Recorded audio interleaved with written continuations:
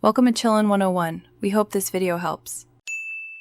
In this video, I will explain how to replace your Hyundai Tucson key fob battery.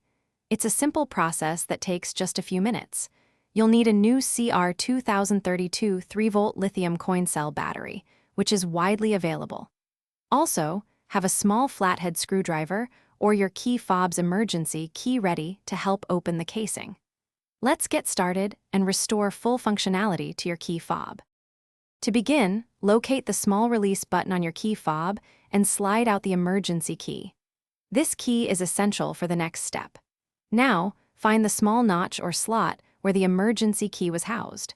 Insert the tip of your emergency key or a small flathead screwdriver into this slot.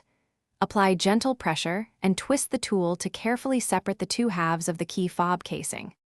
With the key fob open, you will see the circular battery inside.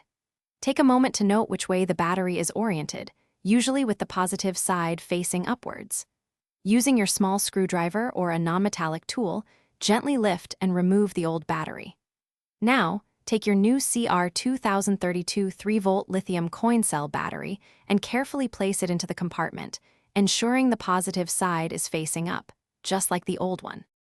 Now that the new battery is in place, carefully align the two halves of your key fob casing. Gently press them together until they snap securely into place, ensuring there are no gaps around the edges.